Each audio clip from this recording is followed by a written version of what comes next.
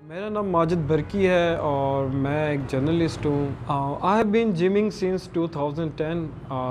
10 सालों से मैं जिम कर रहा हूँ। कोरोना वायरस की जैसी वबा के हवाले से जब हमने सोचा देखा तो पहले पहले मेरे माइंड में ये सवाल हुआ कि जिम का क्या होगा। मुझे फ़ील हो रहा था कि यार आई एम गॉट फैट, ठीक है। तो मैं सोच रहा था यार मेरा वेट बढ़ रहा है।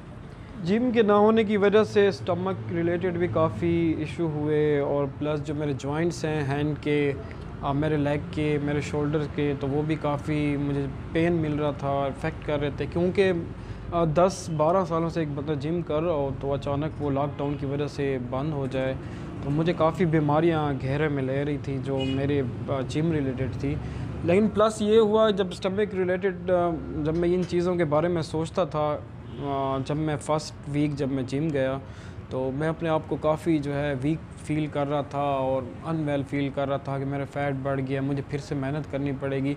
इसी सोच में ये जो मेंटली तौर पे जो ये चीज़ें आती रही माइंड में, तो इसकी वजह से मुझे एक शॉर्ट सा पैनिक अटैक भी आया और मैं बाकायदा मुझे हॉस्पिटल में जाना पड़ा, वहाँ पे एडमिट होना पड़ा, डॉक्टर को चेकअप करवाना पड़ा। इवन डॉक्टर ने कहा नहीं आप इसका ईसीजी भी कराएं, तो ईसीजी भी मेरा हुआ।